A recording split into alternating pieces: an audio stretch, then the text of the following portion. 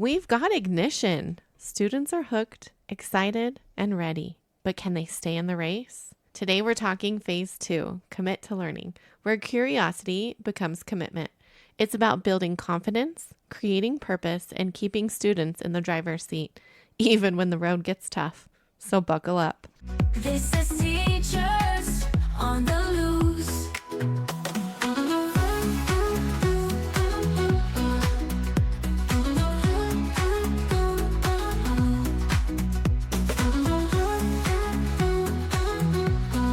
Hi, everyone. Welcome to Teachers on the Loose, the podcast where we turn teacher tales into belly laughs and life lessons. I'm Celeste. I'm Allison. I'm Kristen. And I'm Kelsey. Today, we're jumping into phase 2, commit to learning, where we answer the question, why are we learning this? And then set goals for our learning. But before we dive into all that motivational magic, let's check in with each other first. I have a question. If your week were a motivational poster, what would the slogan say? Okay, so I know you've all seen these posters.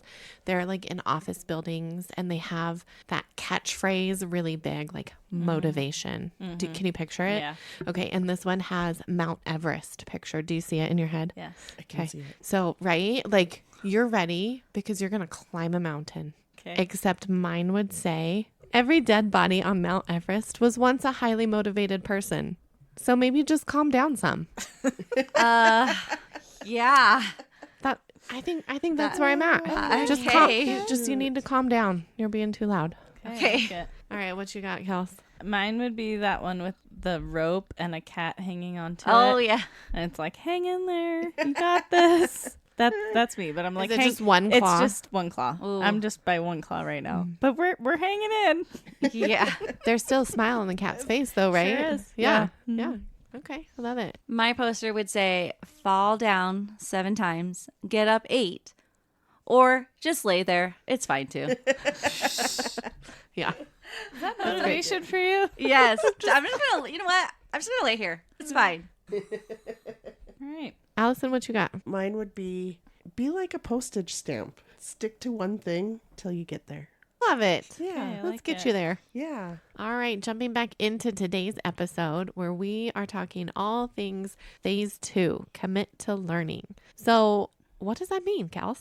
All right. Well, phase 2 is all about giving students a why for their learning, making it their learning personally relevant to them, and helping them to set goals. So you're motivating them to learn and you have an end goal in mind. So you're wanting them to turn their curiosity into like commitment. Is that what you're saying? Yeah. Okay. Yeah, you got to set those learning intentions and success criteria. Okay. So how do you create learning intentions and success criteria? What are those? I backwards plan. I see what is it that we need to know at the end. And then my team and I sit down and we say, what are the priority standards that we need to get out of this? And then we backwards plan and say, these are the steps. We kind of scaffold it backwards. So we start with the hardest thing and then we back it up to where, Where they need to go. I like using just sentence starters for each one. So the learning intention, we are learning blank. So like what is the big main idea that you're learning about? And then your success criteria is like your I can statement. I can read one syllable words. Those are more broken down than the learning intention. They're maybe the steps to get to the big overall learning intention. Yeah. And keep it kid friendly, you know, keep it simple for kindergarten, a little more details in 2nd grade. yeah, I was going to say some of our learning intentions we have been pulling directly from our curriculum just because they're very rich in vocabulary. So it offers an authentic time to say, like, what does complex vowel mean, right? And so it's an opportunity for us to Expand their vocabulary. expand Yeah. vocabulary. Or what does multisyllabic mean? They love that word. So I love saying that word. I do too. Okay, I have a question about learning intentions and success criteria. So sometimes they're there. Either you post them on the board or you have a slide with them on it. How do you take it beyond like just reading, we are learning to so that we can blah, blah, blah, and take it beyond that to the students actually understanding what that goal is? All right, boys and girls, turn to your elbow partner and tell them what you're going to learn today in your own words. So Something fun that I saw in the classroom is a teacher says to the students, okay, get out your laser beams. And they have to go, brrr, and they put their pointer finger. And then they read it, the learning intentions, success criteria with the teacher using their laser beams. I just thought it was funny. We do that too. And then I have an actual laser pointer on my... Does it work? Yeah. Mine doesn't work. Mine works. You have to stand directly in front of it. On the screen. On the screen, yes. Yep. You have to stand directly in front of it. So Kristen is now on Amazon shopping. No, I for already a new have a pointer. laser beam. It doesn't work because I'm always farther away, but I have to go up close. No, you just have to be directly in front of it. You can't be from the To the side. side? Okay. You have to be directly in front of it. But I'm in the back of the room directly And you in can front still... of it. But I have to go I'm going to go like after this. school or after this. Check it out. I have to go Okay. back and forth. Okay. Can I bring up the elephant in the room? Yeah. Yeah. Because I know people are gonna be like, "Oh, I hate learning intentions and success criteria, and all I just post them on my board, and then blah blah blah." Blah, blah, blah. That's Exactly. exactly what they Exactly. say. Yeah. That is what grumble, they say. grumble. And so, how, like Kelsey was saying, how do you move from it's just something that's on your wall to being a meaningful part of your lesson? We're here to learn. That's their job right now. Because they are always asking us, well, what are we going to do next? What are we going to do? You know, I'm like, well, hold on, I'm going to tell you. And so knowing what our learning intention is, how do we know we got that? So our success criteria, and just being upfront with them and clear with them. They know exactly what's happening. And I just do a quick like, hey, do you guys understand? Give me a thumbs up. If we don't understand yet, it is okay to go to the side or go down, because we're all here to learn. If we knew everything, we wouldn't be in kindergarten right now. We'd be in first grade or something like that. Just keeping it really simple and checking throughout the lesson. So yeah, whenever we start a lesson, after we've done the hook and we've gotten them, you know, this is what we're going to be doing. They're really excited about what it is that we're doing. And they know that they will be successful when they can X, Y, and Z. Setting that up at the very beginning kind of takes away the, what are we doing? It tells them how they're going to be successful, and it takes away that, well, I can't do that. When you tell them exactly, hey, this is how we're going to get to our goal, they have more commitment to learning, and they're more apt to buy into what it is that we're going to be about to dive in together with. So having those clear learning intentions and success criteria for the students at the beginning of the lesson has really helped with that phase as well. And then all throughout the lesson, Yeah. you bring that vocabulary back in, Yeah. and especially at the end of the lesson. Okay, we said by the end of this lesson, we were going to be able to read those multisyllabic words. Ready? Let's do a quick check. How'd we do? Yep. Yeah, and teacher clarity has a huge effect size, 0.75, I think it is. Nice. And when you as a teacher have clarity on your learning intentions and your success criteria, on your goals for that lesson, you're able to communicate those goals to your students, and then they're able to be more successful and demonstrate their learning. The cool thing with that is on our learning intentions and success criteria, we'll say like, this is what it is that we're learning, and this is how you'll know if you got it. And then we'll give them like a 1 to 3 rating. Like as we're going through this, if you are just not participating very much, you might get a 1. If you're participating a little bit, you might feel like you're getting a 2. And if you are like asking questions in your head while we're going through, that's going to be a 3. So it's kind of like that effort going into like the success criteria of how am I going to be able to achieve these goals? And then at the end, they know that we're going to ask them to think and reflect on how they did during that lesson. And so that has helped them to commit to learning as well, because setting those goals before you start the lesson helps them commit to learning. All that. Yeah. Yep. You got to make sure that they're understanding what they're about to learn and why. Yeah. And remember that our first memory, our sensory memory, we got them hooked. And now part of that is making it relevant to their lives. Their personal connection will help them remember that information more to be able to move it to the working memory. All right, so what are some ways that we can do that with students? Well, I guess in kindergarten, you got to learn how to read, right? I mean, that's kind of step 1 of school. Let's learn how to Kind of read. your job. Yeah. And so with that, we take a weekly assessment, and right now it is all about beginning sounds, letter sounds, and then we have some red words, also known as sight words, that we test them on. And so the first few weeks of taking the test, it was just circling the answers. With that, some of them were getting maybe 1 or 2 correct, and there's like 5 questions, and we want them to set a goal of 4 out of 5 stars. And so we hyped it up at the beginning of the week. We're like, you guys want to get 4 out of 5 stars? 5 out of 5 stars would be even better. And so during the week, we practiced and we talked about our goal. Our goal is 4. So let's go ahead and do this lesson. Let's practice these words, practice these sounds. And then at the end of the week, when we take the test, I'll grade it right away so I can give that immediate feedback. And I sit with them, I review it with them, how they did, and then they color in their stars. And then that's all they get. Did they get 5 stars? Most of them this past week did get 5 out of 5, 5 stars. Yay. And it's an intrinsic goal because I am known for like, hey, here's some Smarties. You did awesome. But I'm trying to change things up a little bit and make the learning coming from within.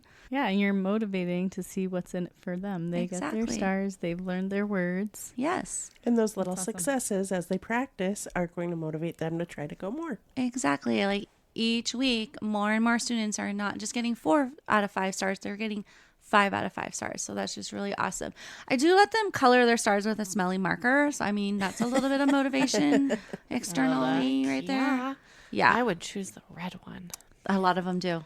The red So one or the good. blue one. Mm-hmm. So good. Yeah. Is the green one mint? One is mint. I didn't like the mint one. The pink one was not smelling, so we threw that one away. But light blue is my favorite. Is it like blueberry or? Yes. I love that you're using goal cards. Thanks. I know that you're doing that because it's one of our cohorts that you have to do this year, but also good job. Because I get to do it You this get year. to do it. I want to shout out our PE teacher because I've been working with her and she is doing an amazing job with her goal cards. I don't know if you know this, but they brought back the presidential fitness testing. Did you know this? Yeah. And That's so awesome. She has to spend a lot of her time getting kids to do all of those tests. And so we work together and then students are setting a goal based on their results from their beginning of the year testing. And she made these really awesome goal cards that list what it is. Like, is it flexibility? Is it sit-ups? Is it the mile run? Like, what are you going to focus on? And then on one side, it has what your current level is and then what your end of the goal year is. And on the back side, they can take it home. And then it's like 5 ways that you can practice that at home. Oh, that's Isn't awesome. that fantastic? Yeah. I love it. I love the use of these instructional practices in PE too. That's cool. Right. Our 3rd grade team creates goal cards for our students aligned to our STAR 360 assessments, which is sometimes hard because the kids might not understand those numbers on there and what, their score is, but they talk to them about different things that they can do or skills they can practice to increase their score. And so each student, they learn their score after taking one of the tests, and then they set a goal to increase that score on the next test. And so the teacher checks in with them after the next test and see if they met their goal. And I think it's just a great way for students to take ownership of their work on that assessment, because sometimes those tests are tricky for kids and really hard to feel any sort of motivation to do well. So Okay, I have another example. Another group of teachers in our building is using an effort tracker, which I think is equally as important as setting those goals, is reflecting at the end of the assignment and giving yourself a rating. How hard did you try on this? And so there's some good examples. One that I really like is our 5th grade team has done a reflection page for their Bridges math assessments. And so they look at their test and then what questions did they feel confident about, and they write that. And then on the other side, how much effort did you put into answering this question, like 1 through 5? Either I tried really hard, I tried a lot, or I didn't try so hard. So really quick, finish the sentence. My students commit most when I'm excited. Kelsey! Bam! my students commit most when Celeste. When I'm really crystal clear about what our learning intentions are. All right. I don't know what my answer Kristen? is. Tell me what I'm supposed to say. When I commit to teaching. No, I'm just joking. When I show up. Right? When I get up When I off the want floor. to When be I'm not, there. yeah. When they give me chocolate chip cookies and I'm happy. There you go. Say that. My students commit most when Kristen? I have fun. Yeah. Yeah. Hey, if you make eating dirt look like fun, They'll eat students will dirt. eat dirt. Yeah. Okay, also what about you? My students commit most when I I was going to say when I'm in it to win it. Aw. Like when you're in the groove. Like Yeah. you're what is that You feeling? got this. You're Like when teaching it all. You know what? There's those times when you're just You're in like, the zone? yeah. When Yep. you're in the teaching zone Yeah. And you're like, I'm rocking this and I'm ready to teach. And they can feel that vibe. Yeah. And then they're like, let's do this. All right. So the key to commit to learning is this. Once students are hooked, we have to build belief and purpose. They need to feel capable and see the value. Interest starts the car, but commitment keeps it moving. And when students take the wheel, learning lasts far beyond the lesson. Listeners on the loose, your challenge this week is to take one upcoming lesson and build in a moment of commitment. A quick goal-setting question, a confidence check, or why it matters conversation. Then share it with us. Tag us on Instagram or Facebook at Teachers on the Loose and tell us, how did you turn curiosity into commitment? Thanks for tuning in. Next week, we're heading into phase 3. Focus on new learning, where the real work and chaos begins. Until then, keep those lessons running smoothly, those students believing, and remember, girlfriend, commitment looks good on you. I like that. That was good. Join us back here next week on Teachers on the Loose. This is Teachers on the Loose.